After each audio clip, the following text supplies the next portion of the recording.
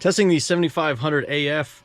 As you can hear, this one does have a fan that does cool this off. And like the other amps we've been testing, we're going to set the gain all the way up. We're going to turn the clip limit switch in the on position.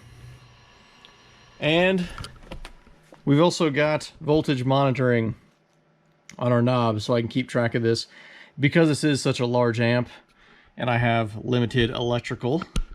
Powering this amplifier in the back are 7 banks of excess power supercapacitors. I also have another bank under the hood. All of those are available on emfcaraudio.com. There are no batteries, it's just those caps. I do not have the car running, so we will not have alternator power on this either.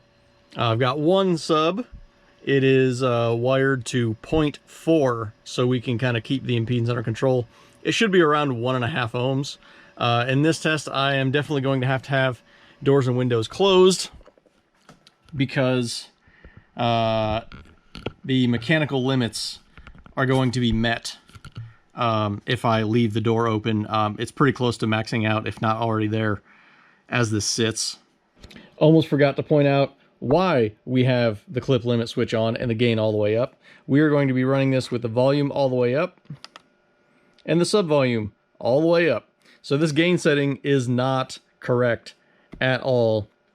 You should not do that with any amp. Except these, you can get away with it because that clip limit switch. This is actually going to put out 4 volts out, and the gain is definitely not set for 4 volts. But you will see here that it is not going to be showing any clipping on our oscilloscope that is right there, and I'm actually going to set that to the probe so it's directly from the amp.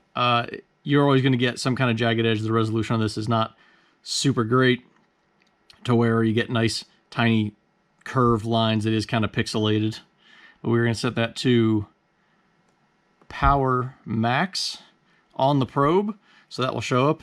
We'll show a clean signal. So a reminder why we're doing real world testing is because you don't listen to resistors. You don't have giant banks of 16 volt batteries in your car, most likely, but we like truth in advertising. So we're putting on actual speakers in an actual car to do our actual power testing, because this is what you will actually get in car, not some false number that you think it's going to do and then it doesn't do. So we're showing SPL, which does not matter. Power is going to be right here, our oscilloscope right here.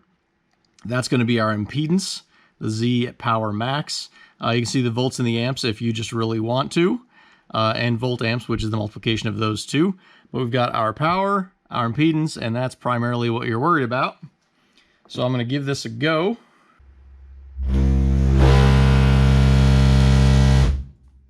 And there you go. 7,999 watts. Apparently couldn't crack that 8,000. 1.4 ohms is what we've got there. And we do not have a massive clipping situation. That's basically what they always look like in the clarity of these on a clean signal. So there you go. The 7500 AF makes, you may as well call that 8,000. You may as well call that a 58 too. At 1.4 ohms. And it wasn't so bad on the electrical either. We're still sitting at 14.6 volts.